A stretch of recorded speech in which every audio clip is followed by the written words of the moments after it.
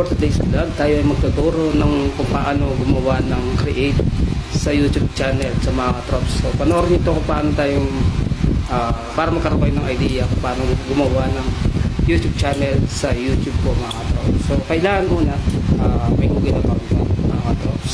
Yan. So mag-create ka muna ng Google account mo sa mismong Google account.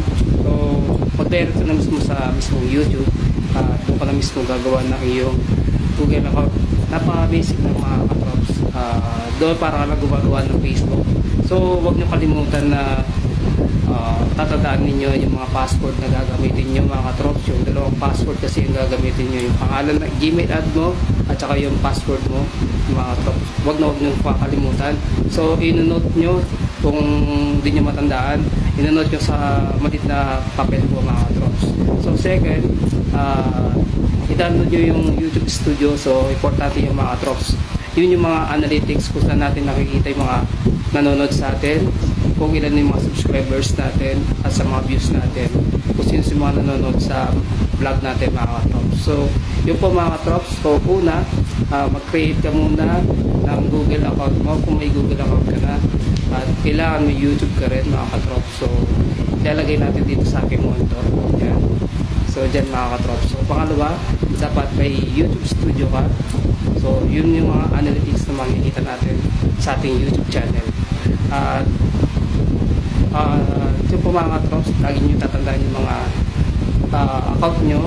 So mas okay na yung isang account na lang din yung ilalagay nyo para hindi kayo malito sa mga account na ilalagay nyo sa YouTube. So napaka strict ni YouTube. So isang pagkakamali mo lang sa mga ilalagay mo sa iyong Google account sa iyong YouTube channel, so mahirap mag-recover mga katrops. So na-experience ko yan. So napakahirap.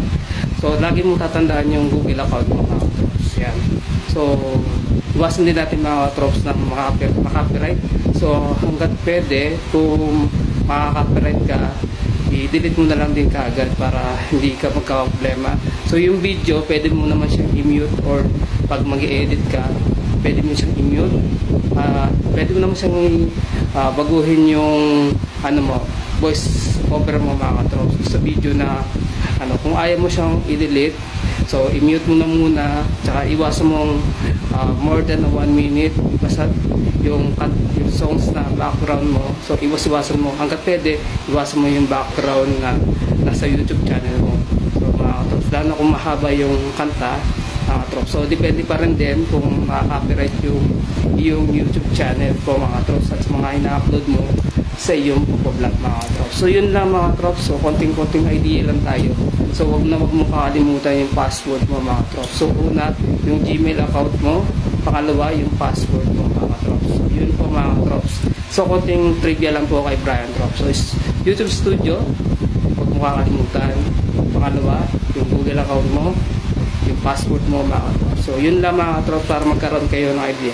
So shoutout kay Natalie, gusto niya magkaroon ng YouTube channel po. Yan. So shoutout sa kanya.